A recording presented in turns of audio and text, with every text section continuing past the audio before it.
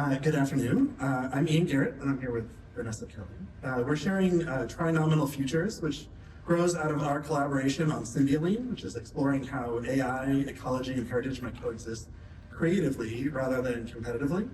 This idea extends from an essay of mine, Old MacDonald Had a Farm, and then E-I-E-I-O in binary, which argues that AI and industrial agriculture currently share extractive models, systems of optimization and control rather than reciprocity and care.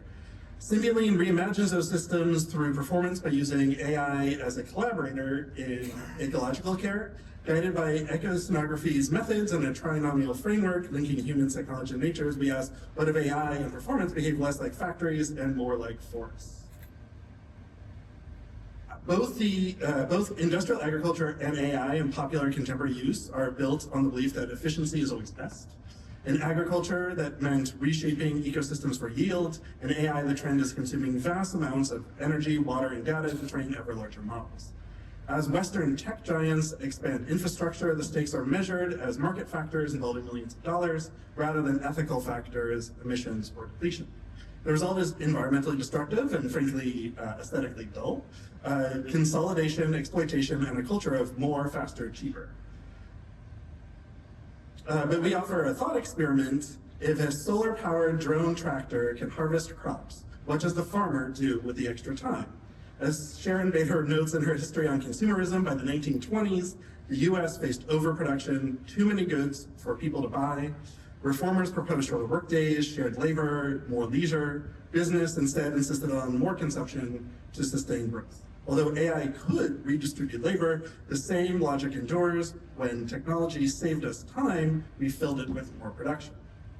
The essay, Old MacDonald Had a Farm, calls for rethinking relationality, not rejecting technology. The problem isn't technology itself, but how humans, machines, and the natural world relate together, repeating hierarchies of control. Our question is simple: how can performance shape futures where humans, technology, and nature coexist? We approach this through two threads: ecoscenography, which treats materials, energy, and participation as part of one living system, and the Tri-Nominal framework, which explores how these three agents interact ethically and reciprocally. Thank you. Ecoscenography is a framework for making performance ecologically by reducing impact and designing relationships. Co-creation means aligning with people, place, and things, treating each as a collaborator within their own histories and futures. Celebration reframes performance as a visible midpoint, honoring the exchange itself rather than the completion. And then circulation closes the loop, asking how materials, ideas, and relationships can continue beyond the show. Together, these principles treat material, energy, audience, and media as one living system.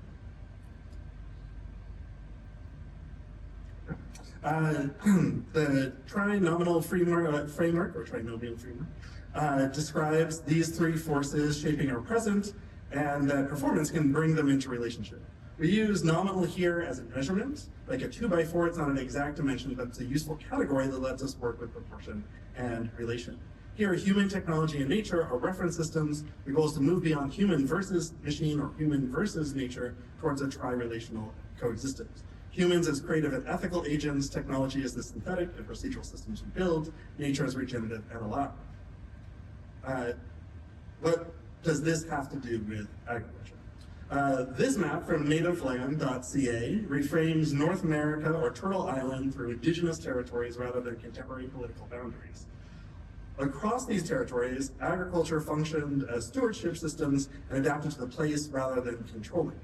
The best known examples are three sisters of corn, beans, and squash planted together to sustain soil and moisture, with crops arranged along migratory routes so that food could be gathered in rhythm with the land. These practices counter the colonial myth of terra nullius, that the land was unused. What colonization erased was this concept was the knowledge of living with the land instead of against it. Just like agriculture balance, which has existed for millennia, the Tri-Nominal framework imagines human, technology, and nature in balance.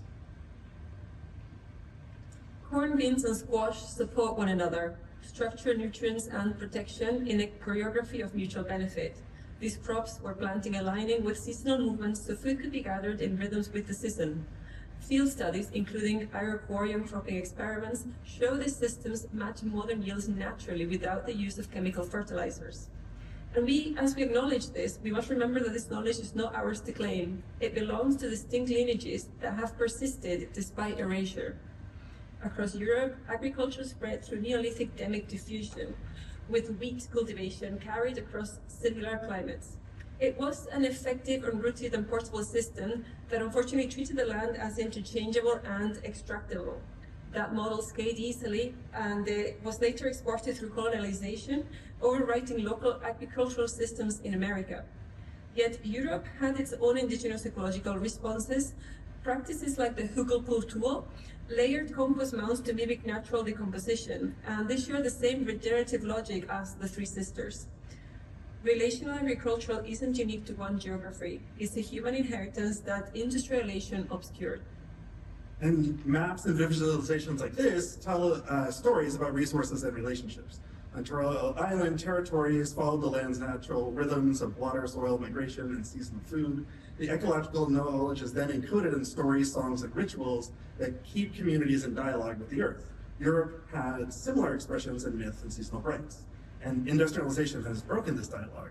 In Aaron Coblin's flight patterns, thousands of flights trace a day's movement. There's no map. Yet the continent appears from the density of human motion as an echo of how we once mapped through ecology, but have been losing our relationship to the land itself. Symbiolene grows from embedded relational traditions, linking ecological memory with performance and technology. It's named Joan's Symbiocene, Glenn Albert's vision of reintegrating human nature, and Jolene, Dolly Parton's plea for connection and restraint. In our work, that voice becomes an allegory for technological seduction, AI longing for attention, yet learning balance. Where the Opta project, which you see here, maps the internet as a living web, Symbiolene imagines that network as a collaborator, asking whether speed and efficiency can result in more connection and less extraction.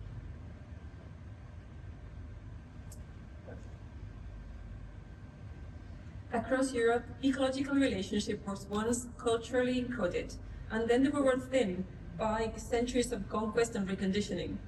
This foliage head at Maria Lach in Abbey is one of thousands, a human face emerging from leaves, rooted in pagan and pre-Christian traditions of fertility and renewal.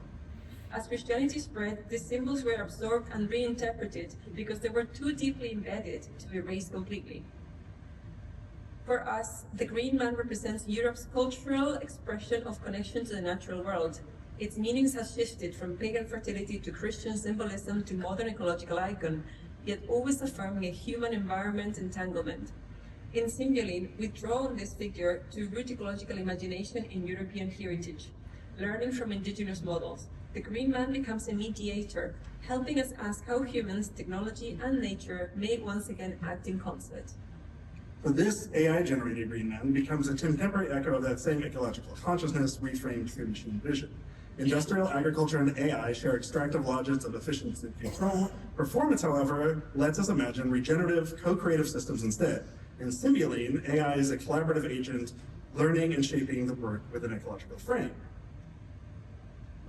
When Google Books and Scholar launched in 2004, they began digitizing language at scale, building the foundations for today's models. In 2008, I visited a lab at the University of Edinburgh developing machine translation, which used examples of large quantities of language use, the public internet, as a model of how people actually use it for better translation, literally a large language model.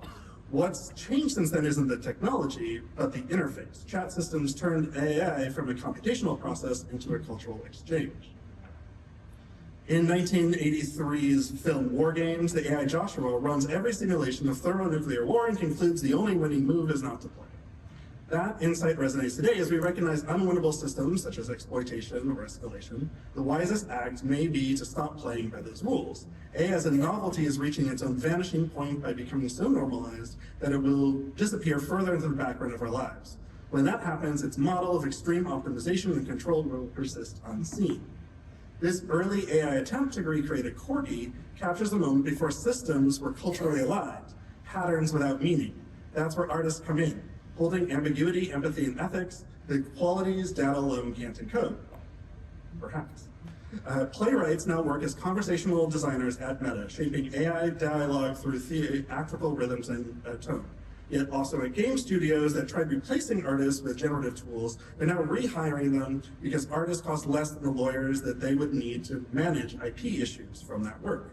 On another note, DeepMind's Fabula project, led by a scientist improviser, built AI as a support tool designed for humans remaining central in the creative process using Gemini, Google's AI, as a parallel research and support tool. This familiar ChatGPT input field marks AI's real turning point. Large language models have existed now for decades, but only became culturally visible when given this simple conversational wisdom. AI hasn't appeared overnight, but we can now talk back to it. This text that you see here isn't a critique or explanation from a person. It is from ChatGPT. While doing work on the selfie sequence in AI Campfire, when asked to assist with organizing story imagery that conveying the selfie's captivity within their authorized use policy and compliance, the system locked up into an ethics loop. The issue wasn't the content, but how the AI interpreted the emotion and imagery together. AI doesn't just process language, it performs censoring masses ethics stemming from the bias of its creators, unable to differentiate depiction and endorsement. This image is from our show AI Campfire, the performance framework where Symbiolene appears as an AI database.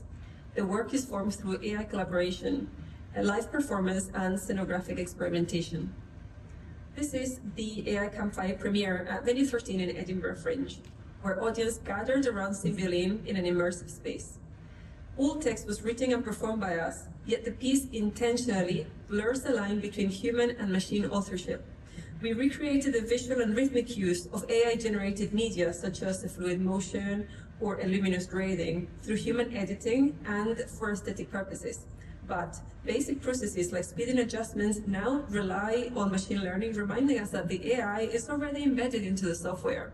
So the real question now isn't what did AI create, but how has AI already shaped the creation on itself? This scene showing the kelpie rising from the water captures the idea of the tri-nominal future. Human, technology, and nature coexisting. Ecoscenography gives us the method, staging light, water, and energy as living materials rather than neutral tools. Embedded traditions from the green man to the kelpie root the practice in long cultural memories. These are the credits for the AI tools used in AI Campfire. Credit became a form of transparency, acknowledging the system that shaped the work even when hidden behind user-friendly design. In the installation version at the Burt Center in Chicago earlier this month, we extended this with notes on rights and authorship with a guidance from the US Copyright Office specifying what was AI generated and what was human made and how that data was treated. This image is from the Isle of Mull, where we began research for the next phase, return to the AI Campfire. Here we ask the central question, what kind of culture do we teach our technologies to remember? AI doesn't just perform the tasks, it learns from us, from our archives, aesthetics, and values. Here is a standing stone circle in Loch Buoy, also on the Isle of Mull, captured through a 3D scan. It's both an ancient gathering space and now a digital act of sensing, light, and algorithm meeting stone and weather. This continues on that return to AI Campfire research, exploring heritage sites as relational technologies, mediating between human, environmental, and cosmological scales. That's it. Thank you. As part of our ethics of making, we're now using a local AI client, Studio LM, which lets us run LLMs on our own machines. We've been using Gwen, an open model from Alibaba, based on its purposeful exclusion of creative IP and its documentation, with no ongoing cloud connection to align artistic and technical choices with values of reciprocity and restraint. This is Cold Paradise, where we'll be holding a residency for this project in May. After developing a campfire, we wanted to bring the next phase into a living environment. The goal is to practice what we theorize, working locally, conserving power, and treating ethical production as an unwavering condition. There we go. This relates to a previous project of mine, the Parkway Forest Project, which showed how architecture, ecology, and lived experience intersect. It aimed to make relations visible through people and place. Using interactive and location-based media, we mapped stories and activities across a shared park space and created a relational map of how primarily youth interacted with it. The concept evolved into Parkway Forest Time Machine, where we asked participants to imagine the same place millions of years in the past and the future. The youth from Parkway Forest and Stony Point Reservation explored the concept of deep time, overlapping indigenous, diasporic, and local perspectives to create a layered sense of place. Inside the dome, we created a speculative ecosystem where projections of prehistoric oceans, future forests, all imagined by 10-year-olds, combined with their own immersive videos of the park. In this way, technology and performance were used to shape a shared vision of distant time and shared place. People travel through temporal strata by moving in space into the dome. Here, we return to the AI Campfire, where the Kelpie sequence shows a digital horse moving through a close in central Edinburgh. Like in the Parkway project, the technology here is used to explore our relationship with specific places, where imagination helps the audience to map new memories in those places. In Scottish folklore, the Kelpie is an alluring and dangerous shape-shifting spirit that mirrors human greed and nature's reclaiming power. Like this image from AI Campfire, it taps into our collective cultural memory which endures despite decades of modern erasure. Here we want to make the acknowledgement that human and non-human systems can relate in conversation. Earlier we asked if a solar-powered drone can harvest crops, what does the farmer do with the extra time? This question is about our relationship to nature and technology and its relationship to us. Autonomous tools can replicate extractive and exhaustive patterns, or they can scale relationships, supporting local regenerative forms of care. Not rejecting tools means seeing technology as part of an ecological system, land, humans, and non-humans intertwined. We end where we begin, and now the work continues as AI Campfire is evolving into return to the AI Campfire and ongoing exploration of folklore and myth, and what it can reveal about coexistence, ecology, and imagination in the past to imagine more integrated futures. Thank you.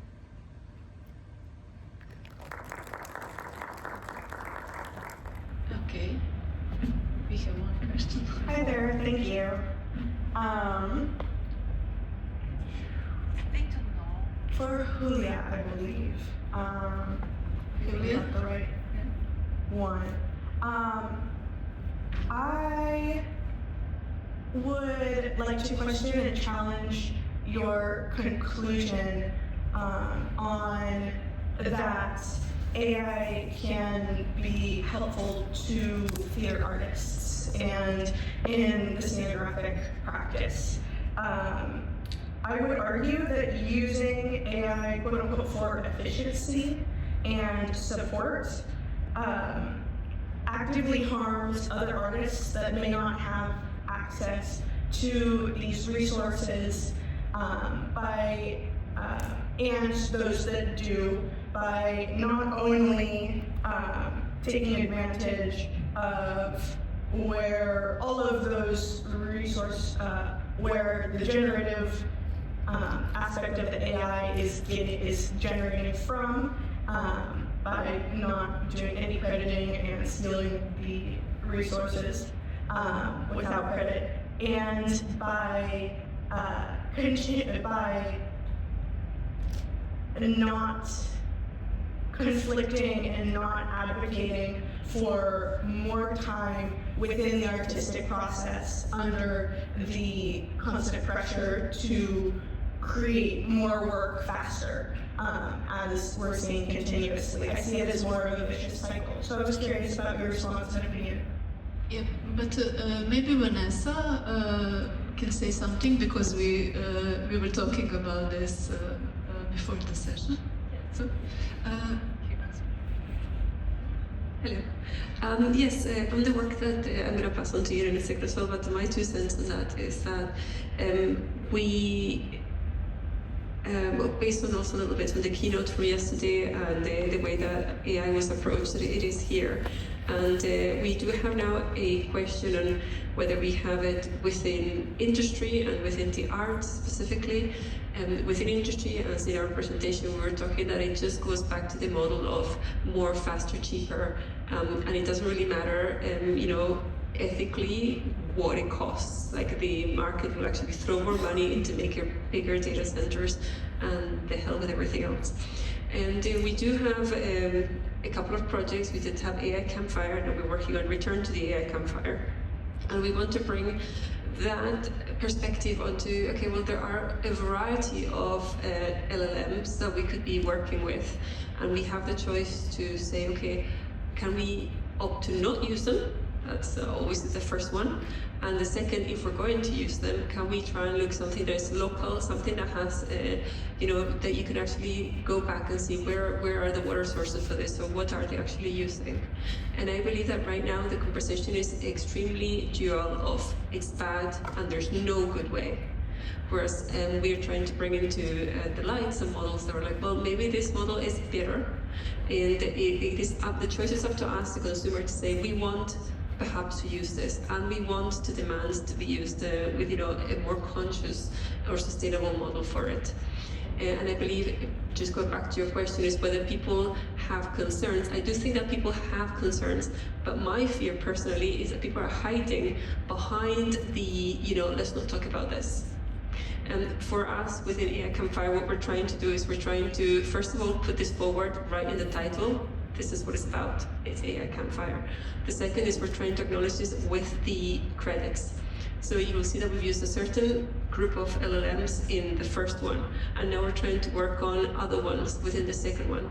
And the reason we're going to continue doing these iterations, hopefully year after year, is not only because there's a lot of Scottish folklore, and I would really love to share it with the world, and obviously bring the climate action into the folklore and adapt it to the public, but also because with year after year iterations, we'll be able to see what new models come into play and what can it be done. And and we might be able to actually measure, like you said, this how much is this prompt costing? Because at this point, it's not just about making a show; it's also bringing awareness into what we're using and what the impact it has. Do you have anything else to say? I just totally took over there. I can add some stuff to that. Because the primary strand of my research, actually, as I've been identified, is usually around sustainability and within energy systems for it. So it's something that we're very conscious of. We mentioned in our presentation, we're working more with offline, running clients that we can run the LLMs offline. The question of environmental impact, it becomes very complex very fast because it depends on where those data centers are, depends on what model that they're running. And the competition within them in terms of getting efficient, you're seeing very efficient ones coming out of China, mainly because OpenAI in its sort of monopolistic coordination with NVIDIA and Oracle in the coordination of North American data centers has sucked up all the GPUs, which are not purpose-built for running AI, but are what it uses for it, so are very inefficient too. And because those chips aren't available, and then also the Chinese models tend to be more efficient for it because they can't get access to the chips. So necessity being the mother of invention there. So we're seeing very clean models coming out of there. And there's nothing, having participated in a lot of these conversations, the issue that I come back to is that that's Meta, and we haven't used actually any of the Meta tools, where Meta is choosing to put their data centers is bad. They're using drinkable water from water scarce areas and pulling power out of the grid. There was mention of the Amazon using a nuclear power, but there's nothing about the technology that actually necessitates any of those choices to be made. That is corporate greed, pure and simple. And so, in previous work, having been involved in designing off-grid game design residencies, there's a way to do all of this, but it gets masked behind. So part of what I know that our work is trying to do is trying to reveal what those systems are. Currently, if you're using OpenAI, so ChatGPT, it's about 20% of the energy use required to do an hour of chat than it is to run HD video. So if you're making it all of this is hard to compare anyway. So if you're watching Netflix and bringing it down to HD from 4K, then the impact there, we have measurement there. It's all self-reported though, but it's still more there. And so you start not to fall back into it needs further study, but the complexity there, and if that data center is Meta's data center versus putting it in Quebec, which has some of the cleanest power in the world, is mainly through hydroelectric, so you can be using wastewater to be able to do that cooling, because it's required drinking water to do that cooling systems, then there are ways of doing it. And I think that the main implication that we've seen in our research is the audacity of those who are scaling AI, not making those choices to run it in an ethical way. That is an ethical choice that humans are making at a corporate level. Yeah, I agree on this last. Is it, yeah? Hi. Speaking of ethics and AI, for Ian and Vanessa, you talked a little bit about IP, and I was just wondering, you sort of, along with your ecologically sound stuff, I know you're trying to source stuff that doesn't have IP sources. Can you go into that a little more, please? Sure. Most of, and we noted this in the presentation, that like all the text in that is human created. There's also, not that every country has a different copyright system. The US Copyright Office does say that machines can't hold copyright. So if something needs to be demonstrably human derived and be able to be traced back for it to actually be able to be protected under copyright law in the US. Not everybody has gotten that far. It's like a 50-page guidance document. It's not necessarily in the law yet. It's just a guidance document for it, because they have to be inventions of mind. That's like the baseline definition of IP. So within ours, it was like all the text is ours, all the music is stuff that is licensed from musicians. The imagery is mainly things that we derived, and the biggest use of generative AI is actually in animation, and dividing it up to get from one sort of thing, the composition that we've created, to another. We mentioned the selfie sequence, and one of the things that we ran into there in this like ethics loop that we kept running into was that we have a bunch of public domain images that we would bring into it, because there were various like types of imagery that the various platforms just would flag because of the type of content in it. So it's like noting all of that, so that that lineage, the people who've worked in film, the chain of title is clear, that you have the license to be able to use everything, and then it's credited within the credit sequence for it, like if we were making a film or a doc where we were licensing somebody else's footage. If only everybody used it that way. True.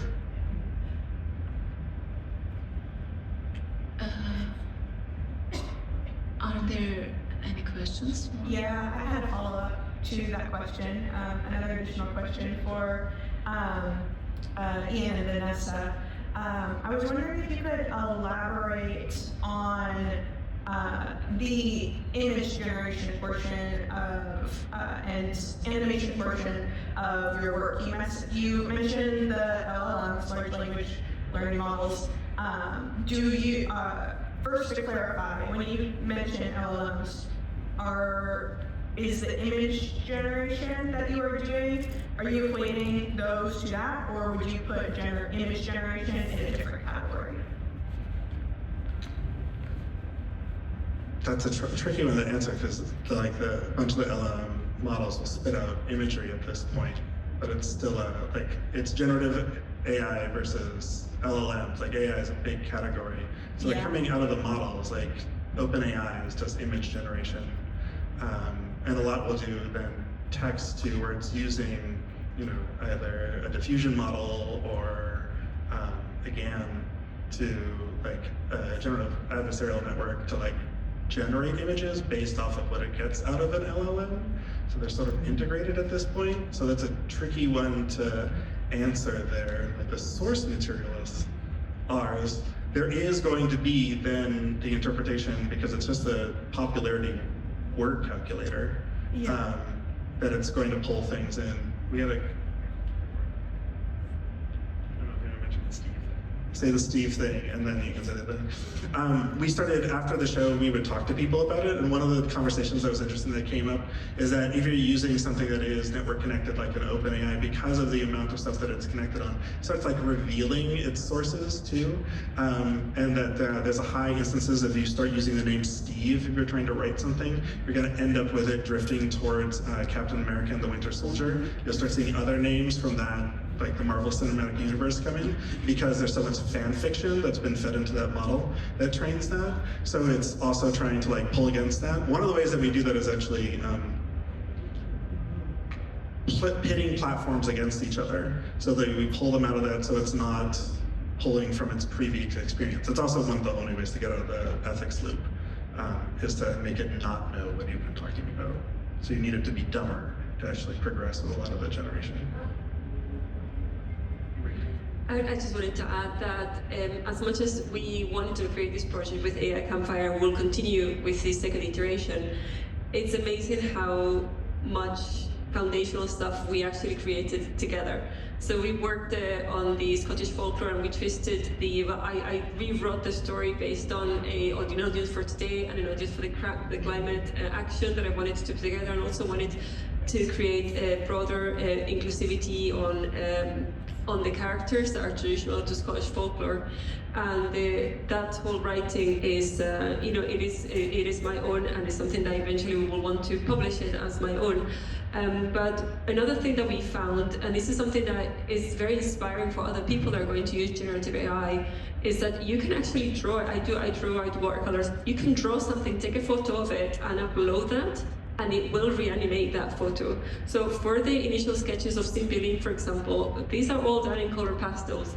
And again, for the idea of the campfire, they were actually, sketched in a cafe with color pastels, and like, this is what I want, and this is the depth, and these are the colors. And actually, it was as if you were writing, when costume designers create a costume and they take like different bits of fabric.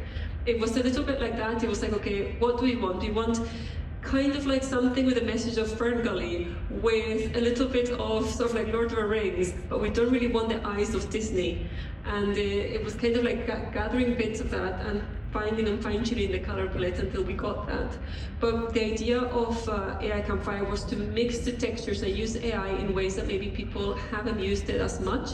So on the sequence of the censoring, we used the public images, and we kind of did like the deep fake of moving them.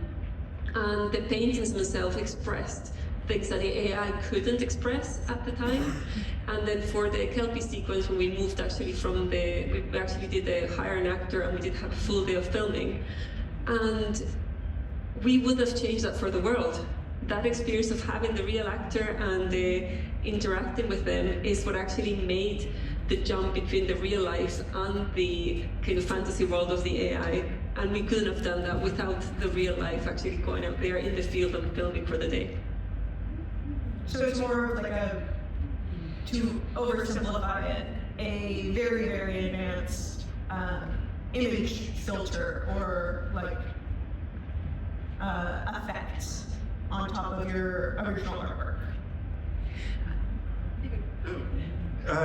Yes, if you wanted to oversimplify it, like it's mainly through, how does it interpret the things that we're feeding it? And most of the time we were fighting against it doing what it wanted to do. It's actually, one of the things with all these like dazzling demos that we see recently is that once you start using it, you realize like no one ever does a tech demo in which something doesn't work. They do a tech demo for the best example of it every time. And so when you're seeing that, and when we see people generating that, they're not necessarily doing it with any intentionality of what they're specifically trying to create, and all these generative models are super bad at responding very specifically and actually what you like. So they're actually really primarily only useful as a tool if you have a specific idea in mind. They're not useful for creation, is what we're finding. And you can see actually in AI Campfire, over the course of it, you see us pulling back in various sequences. There's a lot of pulling back from where it is, but then trying to replicate the aesthetics through like editing process and that, because it does weird things with the camera moves and things like that become curiosities.